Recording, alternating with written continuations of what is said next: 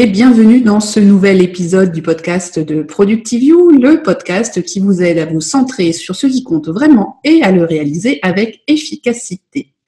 Aujourd'hui, nous avons une nouvelle interview d'une jeune maman que vous connaissez toutes.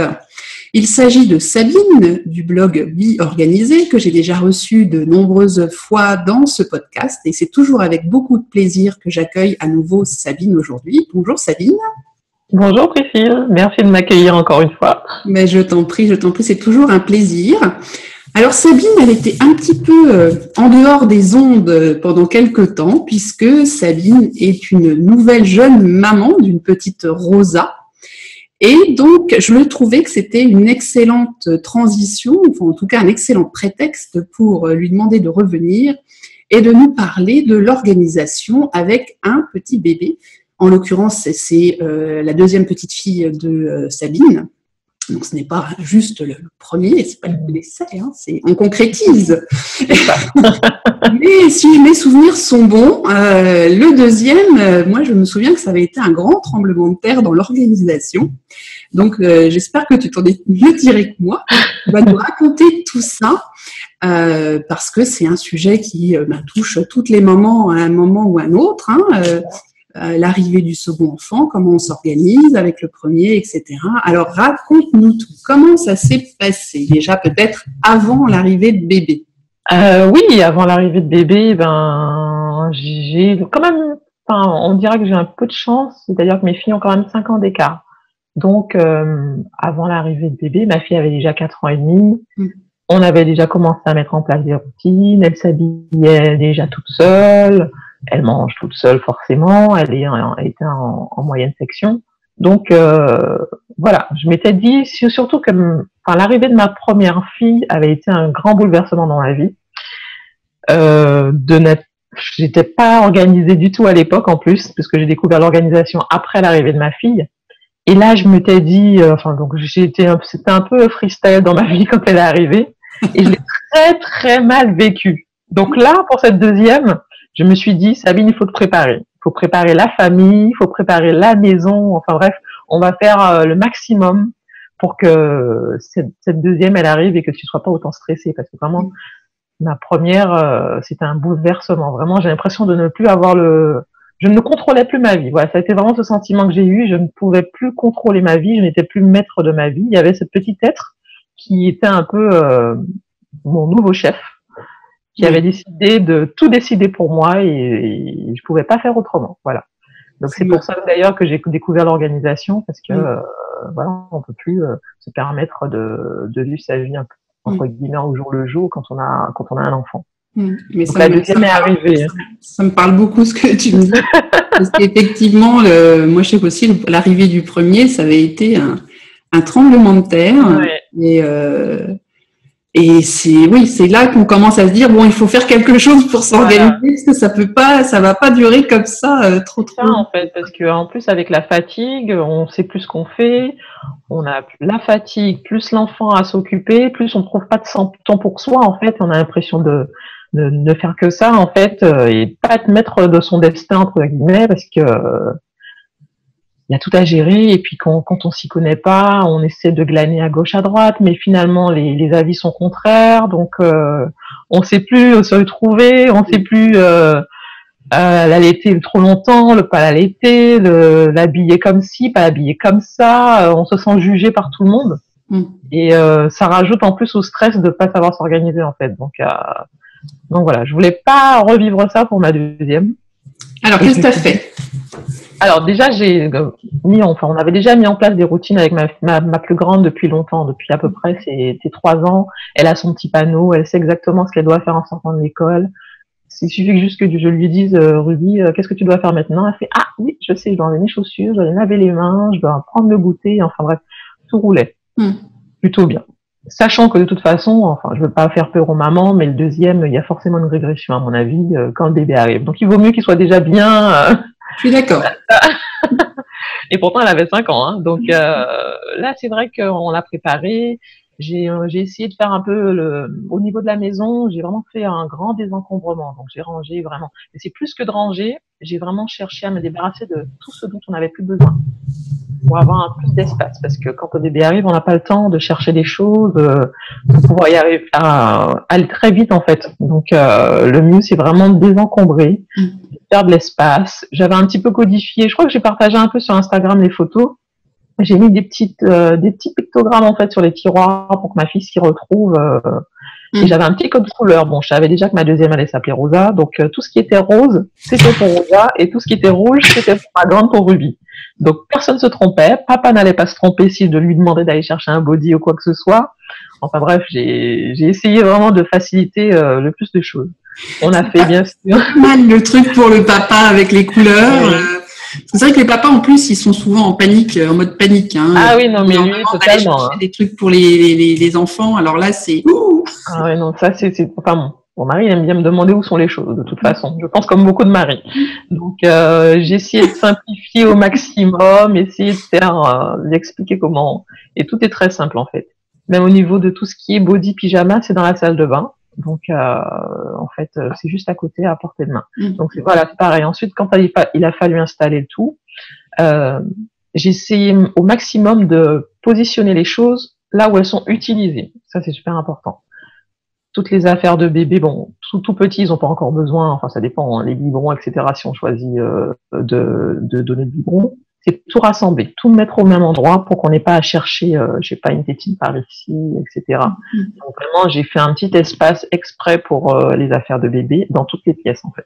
Donc voilà, ça c'était au niveau de l'organisation. Bien sûr, on a fait un stock de détachants, de nourriture, parce qu'en plus ma fille naissant, elle devait naître au niveau du 23 juillet. Finalement, elle est née un peu avant le 14 juillet, le 9.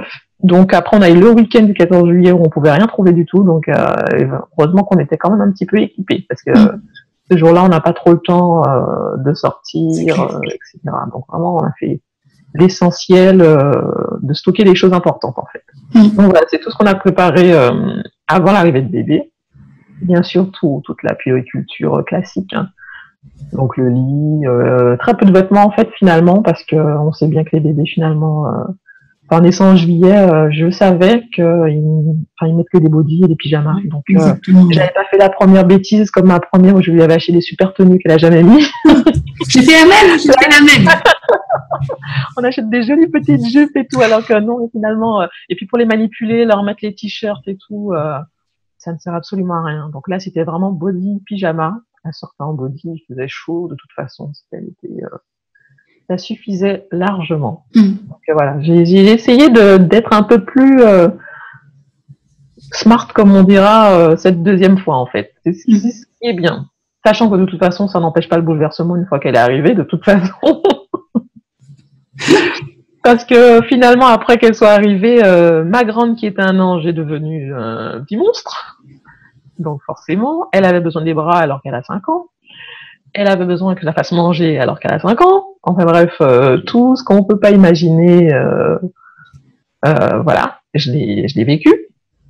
Et donc finalement, heureusement qu'on avait mis en place des petites choses pour nous faciliter la vie, parce que j'avais par exemple prévu un petit panier dans ma chambre avec un peu tout ce qui était nécessaire pour bébé. Donc en fait, j'avais pas besoin de me trimballer le bébé puceau qui me tirait un peu la jambe.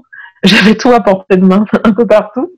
Donc ça m'a bien aidé. Oui, parce qu'en plus, comme elle est née en juillet, la grande était en vacances scolaires, donc t'avais tout de suite, t'avais les deux, quoi. Moi, c'est vrai que le deuxième, il est né, ça devait être les vacances de la Toussaint, de mémoire. Donc, bon, effectivement, le grand Valentin, il a été un petit peu là avec moi. Et puis après, tout de suite, on a repris l'école. Ce qui, du reste, n'était pas forcément super simple non plus, parce que quand tu sors à peine de la maternité et que tout de suite, tu dois courir dès le matin, emmener le petit à l'école en voiture, l'autre qui n'a pas pris son biberon, enfin le sein, c'est aussi assez rock'n'roll. Oui, c'est ça, c'est vrai. Mais là, du coup, c'est vrai que nous, c'était les vacances. Donc, c'est vrai que le petit monstre, c'était un peu terrible. Donc, j'ai eu de la chance quand même. Et c'est ce que je conseille si on a la chance de pouvoir avoir des amis ou de la famille pour aider. Je pense que des fois, faut pas hésiter. C'est vrai que moi, je voulais pas me séparer de ma grande parce que je me suis dit, on emmène un nouveau bébé à la maison. je veux pas qu'elle se dise maman m'abandonne. Donc c'est vrai que quand le bébé est arrivé, j'ai voulu la garder avec moi, mais je me suis très vite rendu compte que finalement elle avait besoin de se séparer légèrement en fait, puisqu'elle m'a elle-même demandé, je lui ai demandé est-ce que tu vas aller chez tes grands-parents au bout de 4 jours, et elle m'a dit oui, je veux aller chez papy et mamie. Donc en plus mon mari travaillait encore, c'était l'été, mais il n'avait pas encore pris ses congés. Donc, j'ai pu en fait l'envoyer chez ses grands-parents une semaine.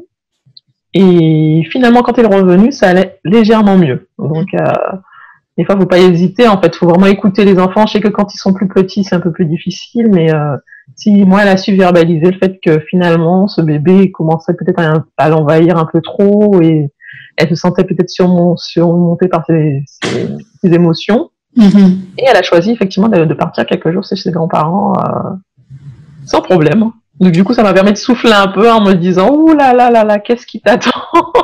Mais c'est vrai que c'était peut-être aussi une façon pour elle, du fait qu'elle était chez papy-mamie, d'être de nouveau l'unique centre d'attention, qu'il n'y ait plus de partage. De partage, oui, c'est ça. C'était peut-être que... Enfin, je le comprends en fait. Je me souviens encore moi-même que quand ma petite sœur est arrivée, j'ai pas tout de suite bien vécu. Donc je peux comprendre. Je peux comprendre. Mais bon, voilà, donc ça nous a plutôt bien aidé qu'elle aille chez ses grands-parents en fait.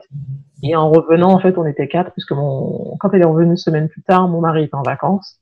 Donc on a pu commencer en fait à faire notre petite vie à 4, notre nouvelle petite vie à 4. Avec un bébé, bon, j'ai eu de la chance parce qu'elle n'était pas aussi terrible que sa grande sœur bébé. Donc ça s'est plutôt bien passé, mais je pense aussi que c'est parce que j'étais beaucoup plus détendue que pour ma première. Pas parce que je savais ce qui m'attendait, mais parce que je savais que l'une des premières choses à faire, c'est de lâcher prise. Voilà, c'est vraiment ce que j'ai appris avec ce deuxième enfant, que je ne savais pas pour la première. C'est de lâcher prise et ne pas me mettre la pression, mais quel que soit le sujet. Que ce soit pour sa nourriture, son bien-être, pour l'organisation de la maison. Vraiment, j'y suis allée, j'ai décidé que ce bébé, j'allais suivre le rythme de ce bébé. J'allais pas me mettre la pression à me dire que dès qu'elle fait une sieste, il faut que j'aille nettoyer ou j'ai plus pris mon temps, j'ai été beaucoup plus détendue et je pense que du coup, j'ai eu un bébé beaucoup plus détendu. Et c'est ce que je dis un peu à toutes mes amies qui vont avoir des bébés, c'est que voilà, on prend son temps. Effectivement, il y a une organisation, effectivement, il faut se remettre dans le bain. Et moi, d'emblée, je m'étais dit cette fois-ci, mes 3 premiers mois, je vais me laisser porter par ma fille. Voilà. Et je ferai selon son rythme, je verrai si elle veut me laisser un peu de temps, si elle veut pas, bah tant pis, je le ferai plus tard, c'est pas grave, je pense qu'on mourra pas parce que la maison est sale. On va manger, on va faire en sorte de manger. Heureusement, j'ai mon mari qui cuisine, donc il a pu prendre en charge les repas. Mais je me suis pas pris la tête à me dire il faut que tout soit parfait, que mes enfants soient parfaits. Voilà. C'est surtout, en plus, ma petite avait un petit souci au pied. Donc, en fait, on avait en plus des séances de kiné à faire 2 fois par semaine avec un bébé. Donc, elle peut quand même pas mal courir. Mais finalement, tout s'est bien passé. On a pris le temps, même après les séances de kiné, de partir se balader au parc, prendre l'air. Vraiment, j'ai l'impression d'avoir profité de mes enfants. Contrairement à ma première, où le premier été, je l'ai pas vu passer, j'ai l'impression de passer mon temps à stresser. Je me souviens, j'ai appelé mon mari en pleurant, j'ai pas le temps de faire quoi que ce soit, j'ai même pas le temps de manger. Il me dit mais il faut que tu manges, il faut que tu dormes. Je dis mais je peux pas, je n'y arrive pas. Ça me rappelle tellement de souvenirs. Oui, ça me parle bien. Ça te parle, ben oui. Et j'ai fait la même démarche que toi pour le second. Je pense qu'effectivement, on est beaucoup moins stressé parce que on sait quand même à quoi on s'attend. Un peu plus en tout cas. On est moins sur le qui-vive. On écoute beaucoup moins tous les conseils divergents qu'on a pu entendre, parce que moi j'entendais tout et son contraire. Puis alors à l'époque, il n'y avait pas d'internet, il n'y avait pas tout ça, parce que moi je suis quand même beaucoup plus vieille. Donc là, c'était, tu avais des grands-mères. Alors, il y en a une qui te disait ci, l'autre qui disait exactement le contraire. Les voisins, les voisines, enfin, tout le monde s'y mettait et tu étais perdu au milieu. Et effectivement, avec en plus le sentiment d'être jugé. Le second, pareil, je me suis beaucoup plus détendue. Et ça s'est beaucoup, mais franchement, beaucoup mieux passé. Et Hugo était un bébé extrêmement, toujours souriant, toujours calme, avenant. Enfin, c'était vraiment une autre naissance, on va dire. Une naissance, oui, c'est ça. C'est exactement comme tu le dis. On a oui, ma fille, ma deuxième, elle est toujours en train de sourire. Elle est trop marrante. Donc, c'est vrai que je pense que oui, c'est important d'être détendu, de se dire que de toute façon, on a emmené un nouvel être sur Terre et que finalement, il faut lui laisser le temps aussi de trouver sa place et que tout le monde trouve sa place et que l'organisation se remette en route, en fait. Tout simplement. Je suis d'accord. Et donc, malgré le fait que tu t'es laissé porter pendant les premiers mois, j'imagine que tu n'as quand même pas laissé tomber toutes tes listes et tout ça. Ah non, jamais. Ah oui, ça m'aurait étonné. Non, je n'ai pas laissé tomber. Au contraire, je pense que mes listes ont été beaucoup plus utiles parce que, je sais pas, en allaitant, on se rend compte qu'il y a quelque chose d'important à faire, une démarche administrative. J'avais toujours mon petit calepin à côté de moi pour noter rapidement. Parce qu'en fait, finalement, quand on se retrouve avec un bébé, je pense qu'il faut travailler, se noter les petites choses, mais vraiment se noter les tâches en très détaillé et en se disant, bon, là, j'ai 10 minutes, j'ai le temps de faire ça. Là, j'ai 10-15 minutes encore puisqu'elle fait la sieste. J'ai le temps d'appeler, je sais pas, l'école pour voir, ou d'extrascolaire pour régler quelques petits soucis, en fait. Donc voilà, c'est vraiment ne pas se dire qu'on va pouvoir vraiment passer 1 heure, 2 heures à faire quelque chose, c'est impossible. Mais on peut se fixer une petite 10 minutes, on peut se dire 10 minutes, bon je vais vite faire la vaisselle, j'ai le temps ensuite de faire une sieste si elle dort encore, et puis voilà, c'est fait. Et en fait, c'est justement le fait d'avoir mes listes, ça me permet en fait de me rendre compte de ce que j'ai fait, parce qu'effectivement, on peut faire la vaisselle et dire, bon, voilà, c'est terminé. Mais le fait de noter ces tâches et ensuite de les rayer, on se rend compte qu'on a accompli quelque chose dans sa journée, en fait.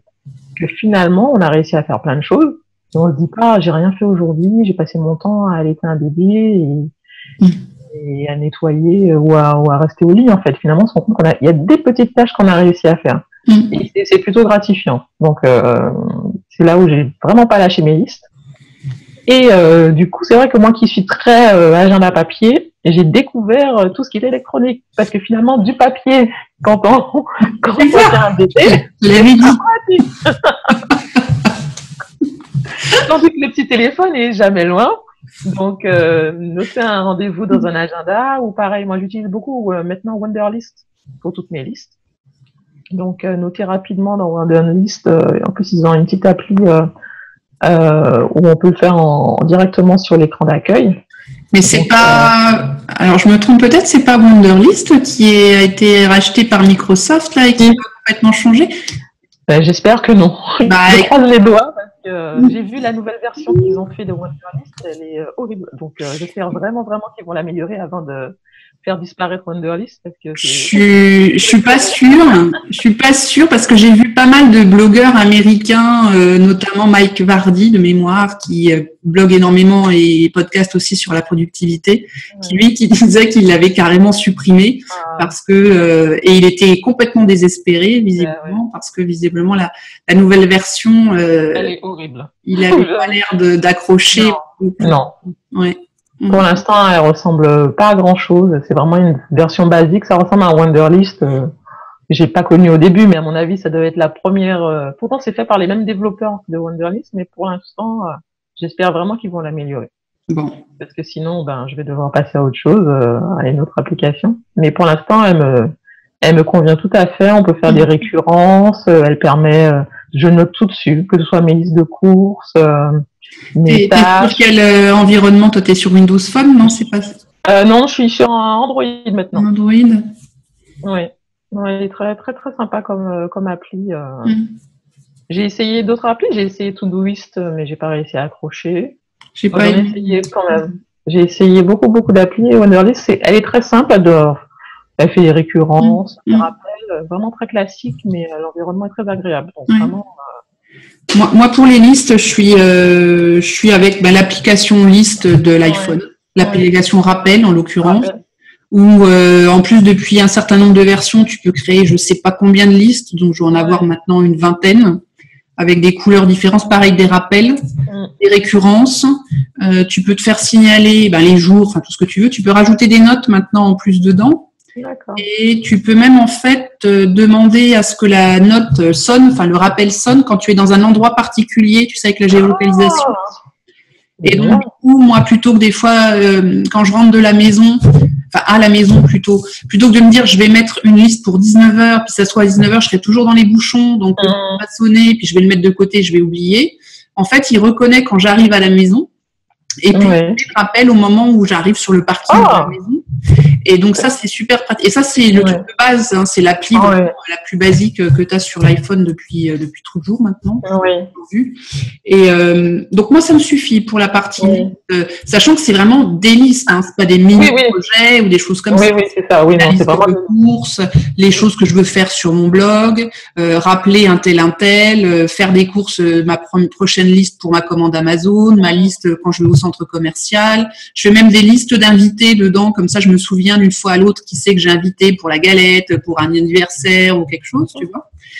Donc j'ai plein de listes ou des livres à lire ou des films à voir. Enfin, j'ai fait tout un tas de listes comme ça parce qu'effectivement, comme tu le dis, typiquement le film à voir, tu es au cinéma, tu vois une bande-annonce qui t'intéresse, hop, tu mets ça tout de suite dans ta liste avec la date à laquelle ça va sortir. Puis même si c'est dans 6 mois, ça va revenir et t'as pas forcément le petit carnet dans le noir pour noter.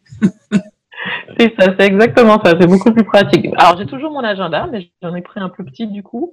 Mais c'est vraiment là, c'est vraiment pour me permettre de voir ma semaine. En fait, j'ai du mal à voir sur mon téléphone exactement l'amplitude de ma semaine. Donc, je peux faire effectivement tous les dimanches. J'ai toujours mon même petit rituel tous les dimanches. Je vérifie mon planning et du coup, ça me permet vraiment d'avoir un visu. Et puis les pages, j'ai aussi des pages mensuelles qui me permettent elles de noter un peu. Je note chaque jour un petit souvenir. J'aime bien. Ça me permet au début du mois de voir tout ce que j'ai à faire, mais en fin de mois, je rajoute, je sais pas, quand ma fille a perdu sa première dent ou quand l'autre a eu sa première dent pour le coup. Donc du coup, c'est mes petits souvenirs que je note ainsi. Et puis il y a certaines notes que j'ai toujours, quand j'ai une pensée ou quelque chose, il faut toujours que je l'écrive en rejoint. J'arrive pas à écrire un texte ou à une vraie pensée encore sur mon téléphone ou sur un ordi. Moi non plus. Il faut l'écrire sur papier. J'ai besoin encore de ce format papier. Donc voilà. Mais ça allège. On en a besoin d'être allégé. Complètement. Mais après, on pense. Enfin, moi, je sais que je suis. J'ai essayé une période. On dévie un petit peu du sujet, mais j'ai essayé un petit peu une période tout digitale. Et en fait, parce que je suis comme toi. Enfin, moi, je suis visuelle. Donc, j'ai vraiment besoin de pouvoir mettre une semaine vraiment posée. Sur l'écran du téléphone, c'est petit, même sur l'écran de l'ordinateur. Et donc, je travaille toujours avec le Bougeot. Hein, moi, depuis que je suis tombée dedans, grâce à Marina, il y a bientôt 1 an et demi. Moi, j'ai mon petit Bougeot avec ma liste de ce que je vais faire chaque soir de la semaine, les week-ends, les rendez-vous au fur et à mesure, parce que je fais ça avec l'agenda quand je prépare ma semaine. Et les deux cumulés, ça fonctionne très, très bien. Oui, c'est ça. Les deux combinés, je trouve que c'est la combinaison parfaite, surtout pour les mamans. On n'a pas un gros sac avec le gros agenda à 5 énorme, parce que déjà on doit porter le bébé, alors voilà. Mais en tout cas, je pense que toute maman, en tout cas, se doit d'avoir un agenda. Même si au début on voit pas l'utilité, on dit qu'on soit première fois maman ou deuxième fois, il y a toujours des choses à noter sur tous les rendez-vous médicaux qu'on doit faire, tout ce qu'il faut acheter. Oui. Et moi, je sais pas, c'est peut-être bête, mais j'ai l'impression qu'à chaque fois que je fais un bébé, mon bébé part avec un peu de ma mémoire. Donc là, il m'en reste plus beaucoup. J'ai eu la même sensation. Hein, oui, non, mais alors ouais, je préfère tout noter parce que j'ai l'impression que sinon je me souviens de rien. Et moi, je me souviens qu'après mes 2 grossesses, je suis allée voir pas longtemps après les 2 accouchements, je suis allée voir pas longtemps après le médecin en lui disant, écoutez, j'ai un problème. Parce que moi qui avais une mémoire, mais d'éléphant, passé des années où je ne notais rien, mais je ne notais rien non plus. C'est ça. Et effectivement, je pense que c'est un peu la mémoire. Bon, alors après, on m'a dit que c'était plutôt l'anesthésiant qu'on te donne qui te grignote un peu dans le cerveau, et qu'il faut un certain temps en fait pour le purger du corps, et que voilà, plus la fatigue, le stress, tout ça. Mais ça revient jamais comme avant. Hein. Moi, ça revient pas. Heureusement que je note plein de trucs. Enfin voilà. Et donc. Voilà. Une fois ces quelques premiers mois de passé, donc tu as lâché prise, tu t'es vraiment concentré sur les petits pas que tu faisais chaque jour et puis pas vouloir gravir tout de suite des grandes montagnes, mais y aller petit à petit. Est-ce que tu as pu quand même remettre ensuite des petites routines en place, là, parce que bébé est encore petit, elle va bientôt avoir un an, mais elle est encore pas très grande. Non, oui, là, elle va bientôt avoir 10 mois et en fait, on a fait un petit rythme où on a essayé de la coucher toujours à la même heure. Elle s'endormait pas forcément à la même heure, hein, mais on essayait toujours de la coucher. On a attendu quand même qu'elle ait 1 mois et demi, 2 mois, parce que les premiers mois, je pense que c'est pas possible, en fait. C'est vrai qu'on veut souvent les faire dormir très tôt, très vite. On se dit, oh là là, voilà, il faut qu'elle fasse ses nuits, il faut que je dorme. Mais finalement, ils y arrivent pas parce que voilà, ils viennent d'arriver, ils sont tout frais, ils sont pas encore en mesure d'accepter des routines. Mais on a essayé quand même, on a commencé par la routine du bain. C'était vraiment le bain toute petite, donc ça, on s'est rendu compte que ça la détendait. Ensuite, toujours la coucher à la même heure. Ensuite, elle se réveillait relativement comme elle voulait le matin. Alors, le matin, c'est vrai que je la réveillais pas, parce que déjà, je trouve que réveiller un bébé, si on n'a pas vraiment d'utilité, ça ne sert à rien. Et puis moi, ça m'a permis en fait de me lever plus tôt. J'ai essayé, en fait, quand j'ai un peu vu à peu près à quelle heure elle se réveillait à peu près à 8h30. Elle se réveillait à 5h pour la tétée et ensuite elle se rendormait jusqu'à 8h30. Donc moi, généralement, à 7h30, j'étais déjà réveillée. Donc c'était les vacances, donc du coup, j'avais pas non plus la grande à accompagner à l'école tout de suite. Mais je me réveillais plus tôt et puis c'est là que je faisais des choses que j'aurais pas eu le temps forcément de faire plus tard. Je prenais une douche surtout, très important, parce que c'était le seul moyen pour moi de prendre une douche de toute la journée, sinon. Donc c'était la douche. Je faisais quand même un petit effort si je pouvais de me coiffer, de me maquiller, etc. Pour me sentir prête pour la journée. Je pense que c'est important aussi de se sentir prête. Et je passais un petit peu de temps à lire, parce que pareil, je pouvais pas trop lire avec un bébé. Je lisais sur ma liseuse, mais j'aime aussi toujours un peu le contact papier. Donc c'était à ce moment où je pouvais un peu lire, prendre mon petit déjeuner au calme. Donc voilà, c'était vraiment l'accomplissement. Si j'avais réussi rien qu'à prendre ma douche, m'habiller et prendre mon petit déjeuner au calme, j'étais contente. Voilà, j'avais gagné ma journée. Oui, puis ça te faisait, mine de rien, même si c'était que quelques minutes, c'est du temps pour toi toute seule. Voilà. Ouais, avec des petites activités qui sont en modèle réduit en termes de temps, mais malgré tout, c'est quand même des activités pour soi. Et je pense que, alors, quel que soit le domaine, hein, que ce soit dans des petites routines ou autres, quand on a des grands changements dans la vie, il faut pas se dire je vais tout laisser tomber. Il faut plutôt essayer de se dire je vais réduire le temps. J'avais l'habitude de lire, je sais pas, une demi-heure. Bah, si je lis 5 minutes, c'est toujours 5 minutes, c'est mieux que 0 pour pas perdre en fait cette habitude qu'on a mis quand même longtemps à ancrer, parce que souvent une habitude, ça prend quand même plusieurs mois avant d'être vraiment une habitude. Et si on l'arrête comme ça du jour au lendemain, bah, par contre, ça se repère très très vite. Et pour éviter de perdre ce fil, alors soit parce qu'effectivement là on a un enfant supplémentaire, ou on a changé de travail, ou il se passe quelque chose, on déménage, on divorce, enfin, quoi qu'il arrive, on est malade ou autre. Moi je sais que, enfin c'est le conseil que je donne, et c'est le conseil que j'ai toujours essayé d'appliquer, c'est de se dire je vais faire ma routine mais en mini. Voilà, c'est ça. Voilà, je fais pas une demi-heure de sport, mais je vais faire 3 mouvements. Voilà, mais garder en fait cette habitude petit, quoi. Et puis, quand le temps pourra de nouveau s'étendre, ben, on va l'étendre de nouveau. Ouais, je suis tout à fait d'accord avec toi. Oui, c'est vraiment y aller doucement et puis prendre le temps. Et puis ma fille, bon, dans la journée, j'avais pas trop le temps, mais j'ai découvert, enfin j'en avais déjà eu, mais j'ai pris une écharpe de portage. Et en fait, donc du coup, elle était contente parce qu'elle était toujours tout contre moi, et moi je pouvais bouger un peu plus et surtout m'occuper de ma grande, c'est surtout ça, lui consacrer un peu de temps, jouer avec elle, etc. Et oui, c'est vrai que je me souviens encore pour ma grande où je n'arrivais jamais à manger. Et du coup, j'ai mangé avec un bébé en écharpe de portage pendant 2 mois et demi, je pense. 3 mois même, je pense, parce que jusqu'à septembre, elle était encore en écharpe. Du coup, j'ai beaucoup mieux vécu aussi parce que finalement, le but, c'est pas de se dire comment est-ce que je peux faire en sorte d'avoir ma vie d'avant, mais plutôt comment est-ce que je peux faire en sorte de faire en sorte que ce bébé soit bien et en trouver une nouvelle solution à mon problème, en fait. Ben c'est s'adapter au changement, en n'ayant pas la nostalgie du passé. Exactement. Je faisais plein de choses, mais de se dire voilà, c'est une étape de la vie qui va durer quelques années, mine de rien, en plus. Donc si tu t'adaptes pas, tu risques de peiner pendant longtemps.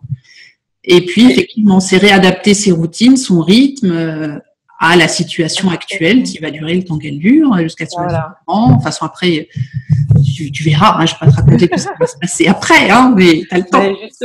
Justement, ce que tu dis est très vrai parce qu'en fait, c'est aussi quelque chose que je me disais dans les moments difficiles ou les nuits où on se réveille toutes les heures, parce que ça arrive aussi. Et je me disais, souviens-toi que ça ne va pas durer. Oui. Ce n'est qu'une saison, ce n'est qu'une phase, en fait. Elle sera remplacée par une autre qui sera plus ou moins bien ou pas, mais ce n'est qu'une saison. Mais c'est ça, c'est exactement ce qu'il faut se dire. Parce que sinon, on se décourage, on déprime, et on combat contre un moulin à vent, parce que cette petite vie, elle est là. C'est pas parce que toi, tu as envie qu'elle fasse ces nuits-là, maintenant, tout de suite, que ça va être le cas. Alors, pour la petite anecdote, moi, j'ai mon fils aîné qui a fait quand même ses nuits à 4 ans et demi. Oh là là.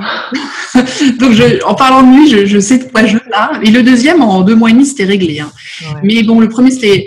Et si on essaie de lutter contre ça, enfin, je veux dire, on est comme Don Quichotte, quoi. Hein. On se bat contre des moulins à vent, on se bat... la vie, elle est là. L'enfant grandit à son rythme, qui n'est pas forcément le nôtre. Et si on veut essayer de le faire rentrer dans un moule qui n'est pas le sien, il ne va pas être heureux, il va être grognon et on va mal le vivre, et lui aussi. Il faut, comme tu l'as dit, il faut s'adapter, laisser la petite vie prendre sa place.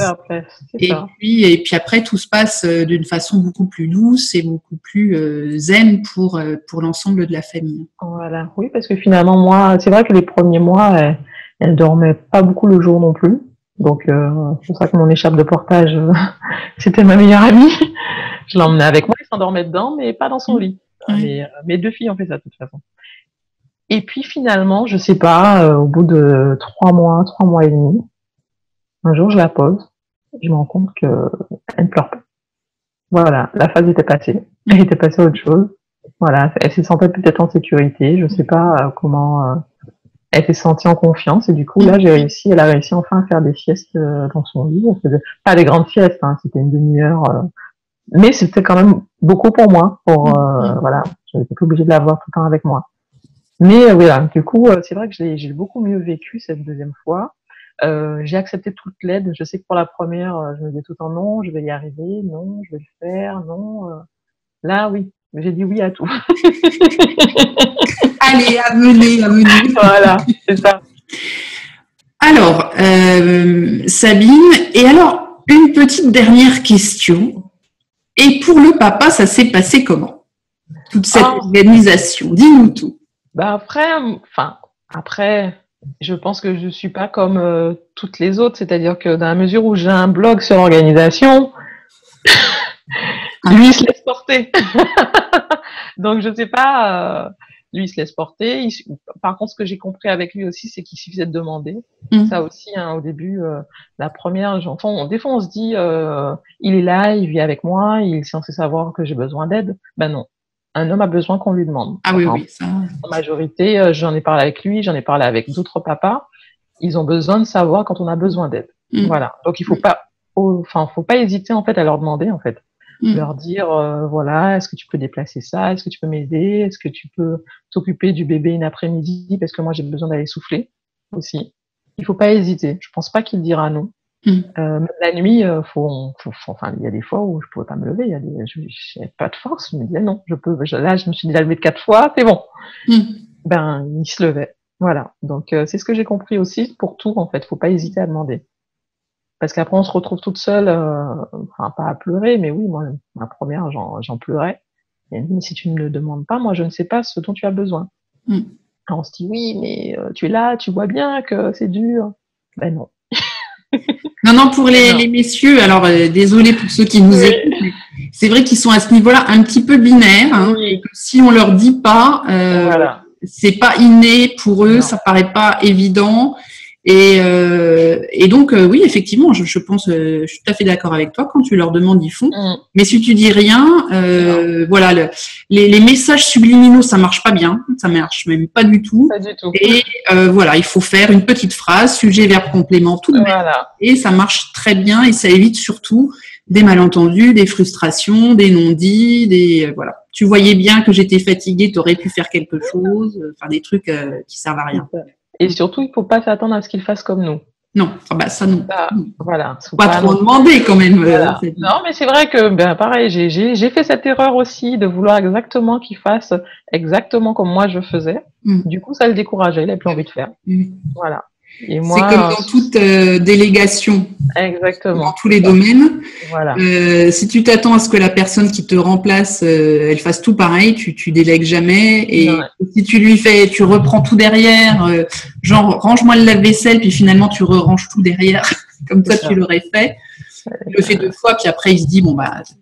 Voilà, c'est ça. Et c'est pareil pour les enfants aussi, hein. Une petite tâche de temps en temps, ils aiment bien aider. Moi, je sais que ma fille, elle aimait bien aider, aller chercher les vêtements de sa sœur, me ramener un verre d'eau, etc. Et bon, ben, elle va peut-être renverser un peu d'eau, ça arrive. Mais voilà, faut laisser faire. Et puis tout le monde s'adapte, tout le monde prend nous, c'est vrai qu'elle a 10 mois maintenant, donc tout le monde a pris sa place. Elle s'adore toutes les deux. Donc oui, c'est vrai qu'on commence tout juste à retrouver un rythme, parce que pareil, j'ai pas été très présente sur le blog parce que il y avait également le travail. Donc voilà, j'ai repris le travail, elle avait 5 mois, je crois. Donc là aussi, c'est un nouveau rythme à mettre en place. Voilà, puisqu'on rentre plus tard le soir. Là, c'est vraiment la course. Donc pareil, et le matin, c'est la course aussi. Donc c'est toujours les mêmes routines. Préparer tout la veille pour être sûr que le lendemain matin, en cas d'accident, ben, on sera pas en retard. Donc moi, c'est moi qui ramène ma grande à l'école et papa, il emmène la petite. Mais donc vraiment le matin, tout est réglé comme. Il n'y a pas un petit. Enfin, on court pas parce que quand même on se lève suffisamment tôt pour que les enfants prennent le temps de manger. Je fais en sorte que ma grande, elle s'habille toute seule heureusement. Donc du coup, on a le temps de s'habiller. J'ai même un petit temps, en fait, j'ai prévu 10 minutes de battement en cas d'accident, en cas de vomito, ou en cas de voilà, au cas de peu importe ce qui pourrait se passer, ou de bol qui se renverse, de trucs. Voilà. Une grande plus gros oignon ce matin-là. Enfin bref, on a ces 10 minutes où on peut un peu régler le souci. Et du coup, oui, c'est vrai, on n'arrive pas en retard. Donc je suis contente. Pareil, c'est ça, c'était vraiment important pour moi parce que j'avais trop mal vécu, même ma grande qui arrivait à l'école en pleurant, etc., parce qu'elle était un peu stressée. Donc, non, ça, je voulais plus. Donc, on arrive tranquille. Et le soir, pareil, on essaie de se coucher. Je les couche en 20h et 20h30. Le soir, c'est très court. C'est vrai que c'est une frustration de maman. Je pense que tout le monde l'a. Quand on travaille et qu'on travaille jusqu'à 6h, le temps de récupérer les enfants à l'école. On arrive à la maison, il est 6h30, 7h moins le quart. Ma petite, quand même, à la crèche, elle arrive à la maison à 7h. C'est le bain, on mange. On a le temps de se raconter 2-3 histoires et c'est fini. Donc, oui, c'est une frustration de maman, mais bon. Ça, la vie, hein. La vie, t'inquiète pas, ça va aller. C'est ce que je me dis après tout, hein, on y passe tout par là et puis bon, on a un peu plus de temps le week-end pour profiter de la vie. Pour se détendre, mais bon, voilà. Avec, en tout cas, c'est vrai qu'en mettant un peu d'organisation, en faisant en sorte, c'est vrai que nous, on cuisine pas forcément tous les jours, donc on cuisine en grande quantité, comme ça, on peut remanger les mêmes choses plus souvent. Je sais que ça correspond pas à tout le monde, mais moi, je trouve que c'est quand même important de savoir ce qu'on va manger, ça fait gagner du temps le soir. Je suis d'accord. Ça évite de se dire, bon, j'arrive à 6h30, je passe tout de suite à la cuisine, j'en ai pour 45 minutes à cuisiner, puis finalement, on n'aura pas le temps de faire grand-chose. Donc voilà, je conseille toujours de préparer les menus, préparer les vêtements aussi, avoir une organisation, une maison le plus simple possible. Ça, vraiment, c'est une chose que j'ai compris. Plus on a de choses, plus on doit ranger. Donc, simplifier. On veut tous avoir de jolies choses. Moi aussi, j'aime bien quand mes filles sont bien habillées, mais elles vont de toute façon grandir. Donc, on aura le temps d'en racheter d'autres, des vêtements. Donc, voilà, j'ai vraiment diminué aussi sur leur garde-robe. J'essaie de me fixer à peu près, faire en sorte d'avoir 10 tenues. Enfin, interchangeables. C'est largement suffisant pour une semaine. Et quand on est 4, on fait des lessives tous les jours. Donc, de toute façon, on aura de quoi porter. Moi, je sais que pour Hugo, alors pour Valentin, j'avais une quantité de vêtements absolument astronomique et il faut dire qu'à l'époque, j'avais la chance d'avoir une belle maman qui travaillait chez Absorba, donc qui me fournissait en grande quantité tout un tas de choses. Et pour le second, j'ai beaucoup réduit. Et ce que j'avais fait, c'est que j'avais déjà fait, entre guillemets, des garde-robes capsules avant l'heure. C'est-à-dire que j'avais des petites tenues. Et tu sais, quand les enfants, les petits vêtements pour enfants, ils ont des espèces de petits cintres où tu peux mettre le pantalon en bas avec la petite tenue en haut. Donc, j'en avais comme ça une dizaine, parce que pareil, j'avais une dizaine de tenues à peu près par saison, enfin par âge plutôt, on va dire, sur les saisons, voilà.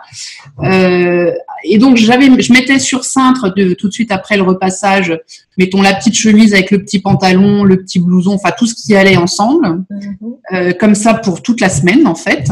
Et puis le matin, j'avais plus qu'à enlever le petit cintre de l'armoire, j'avais tout de suite les 3 petites pièces qui allaient ensemble, et puis c'était terminé, et ça allait très très vite, et c'était extrêmement pratique. Oui, tout à fait. C'est exactement ça. Oui. C'est ce que j'ai fait surtout pour ma grande quand elle a repris l'école, que j'avais un bébé et que je savais en plus qu'au tout début, c'est mon mari qui l'emmenait. Et en fait de sortir avec la petite. Et on gagnait du temps. Je préparais toutes les tenues, 5 tenues pour la semaine. Il n'y avait plus qu'à attraper un petit tas et le préparer Exactement. pour le lendemain. Donc c'est vrai que même pour moi, en fait, j'ai simplifié ma garde-robe, mais ça fait plusieurs années.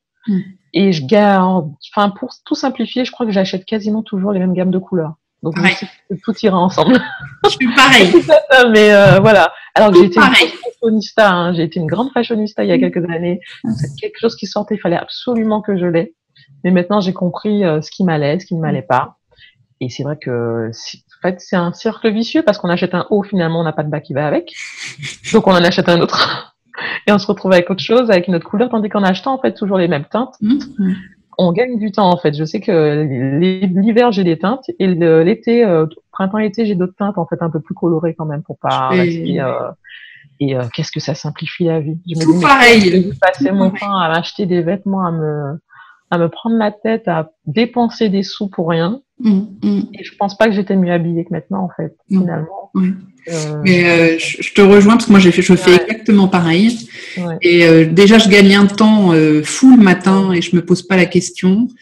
Et puis je suis pas tentée effectivement d'aller. Alors je suis pas très shopping, mais voilà, quand tu es tout dans les mêmes gammes de couleurs, comme tu l'as dit, tout va aller ensemble. Parce que sinon, alors entre se dire ah bah tiens la ceinture elle va plus, et puis j'ai plus les chaussures qui vont et voilà.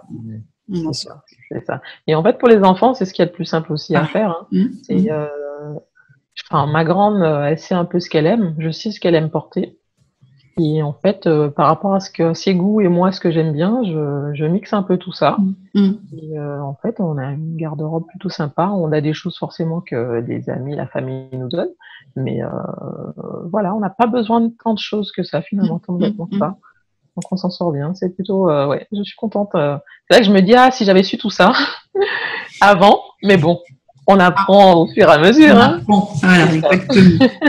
Mais écoute Sabine, c'était super sympa. Alors on a un peu dévié, parce que entre la naissance, les applications Wunderlist et autres, le minimalisme sur la fin. Et je pense que tout se rejoint parce que se simplifier la vie, c'est simplifier en fait sa famille et se rendre la vie plus facile en fait. Donc je pense que c'est important le minimalisme. Pourtant je ne suis pas si minimaliste que ça, mais un petit peu désencombré, je pense que c'est toujours important. C'est ce que je dis à tout le monde. Tous ceux qui me disent je veux m'organiser, je leur dis commence par désencombrer et après on en parle. On est d'accord. Merci mille fois Sabine de cette interview. C'était encore un grand plaisir. Merci à tous de nous avoir suivis jusqu'à la fin de ce podcast ou de cette vidéo. Donc si ça vous a plu, vous likez la vidéo. Si le podcast vous a plu, n'hésitez pas non plus à mettre une note sur iTunes et à partager ce podcast avec vos amis. Et voilà, donc comme ça, tout le monde sera content. Merci à tous ceux qui me rejoignent de plus en plus nombreux sur la page Facebook. On a passé très récemment les 500 likes et je suis ravie. Merci à tous. La même semaine que l'anniversaire du podcast, donc tout arrive en même temps. C'est magnifique. Merci aussi aux tipeurs qui me soutiennent dans mon aventure podcastique. C'est vraiment très sympa à vous. Merci mille fois. Et puis, comme je vous l'ai signalé il y a déjà quelques semaines, je lance un nouveau service qui est un groupe mastermind avec 5 personnes à partir du mois de septembre. Donc, de façon à pouvoir vous organiser, si vous êtes intéressé, je vous préviens suffisamment en avance. Toutes les informations sur productiveyou.com dans la rubrique Avançons ensemble. À très vite. Bye bye.